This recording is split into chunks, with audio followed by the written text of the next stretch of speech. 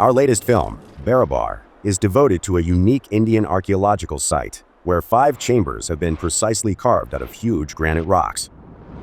Their walls are slightly inclined, flat and polished like mirrors, which we analyzed with a roughness tester, a device that measures the differences between its reliefs to the micron. Here's the roughness of a glass slab, then that of an industrially polished granite slab. The function retained by some archaeologists, relying for want of a better word on the inscriptions engraved at the entrance to 3 of them, is that of rain shelters for the members of a sect. Such a discrepancy between the apparent care taken in their creation and their banal function as shelters prompted us to investigate these rooms in greater depth. In a second session, we scanned them entirely in 3D. The scan analysis report, available on our website, highlights the complex geometries of the shapes. Large walls and small walls inclined at different angles in each chamber, with angle variations of just a few tenths of a degree. Vaults composed of portions of circles, ogives, or ellipsoids. Symmetrical volumes, that is, their shapes, are repeated in mirror image. The scans also gave us the very precise volumes of the shapes. We then realized that certain volumes of the chambers were in proportion from one to another. When the volume of Adhathika is 7, that of Vipayaka is 8. When the volume of Sudama's Great Hall is 12, that of the Dome is 5. When the volume of Karan Chopar is 2, that of Gopika is 3. In 1993, Professor Harry Falk determined the value of the Barabar yard, the standard of measurement used by the builders of these chambers, which we were able to confirm thanks to the measurements given by the scans. And when we convert these volumes into Barabar yards, we get for the last 200 cubic yards and 300 cubic yards. It's impossible to say at this stage that all this is intentional, but given the probabilities of obtaining these volumes in proportion by chance, we can rationally ask ourselves questions. This raises the question of the mathematical level of the designers of these chambers.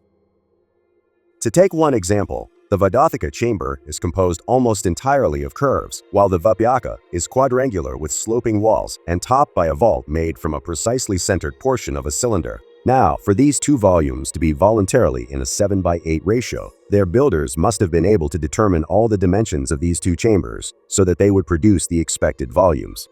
This is also the case for the others.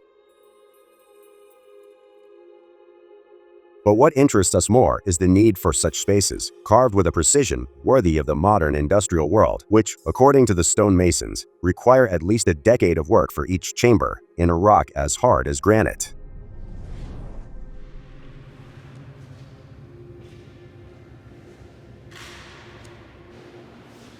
When you enter these very dark rooms, you are immediately confronted with sound frequencies. Attends, déjà, je finis.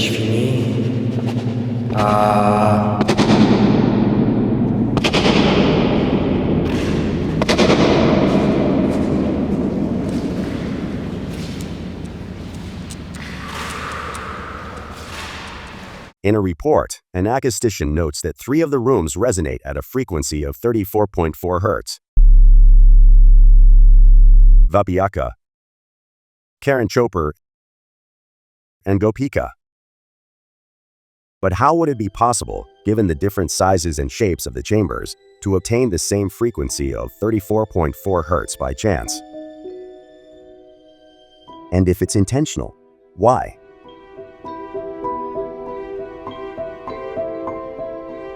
You don't achieve such rooms if the goal isn't worth the effort required to get there, which in this case is colossal. The problem is, however, that they date from a time when, in keeping with the direction of progress, history tells us that mankind apparently lacked the necessary knowledge to achieve them. Firstly, mathematical knowledge, enabling them to determine the dimensions of each room in order to obtain volumes in proportion. Then, acoustic knowledge, to anticipate the frequencies produced right from the design stage. Simple rain shelters or unknown sound devices? To find out, we need to put aside the bias that leads us to believe that the builders of these chambers had only rudimentary techniques and tools, and be able to envisage that they may have possessed a science that has now disappeared. which it might be useful to track down.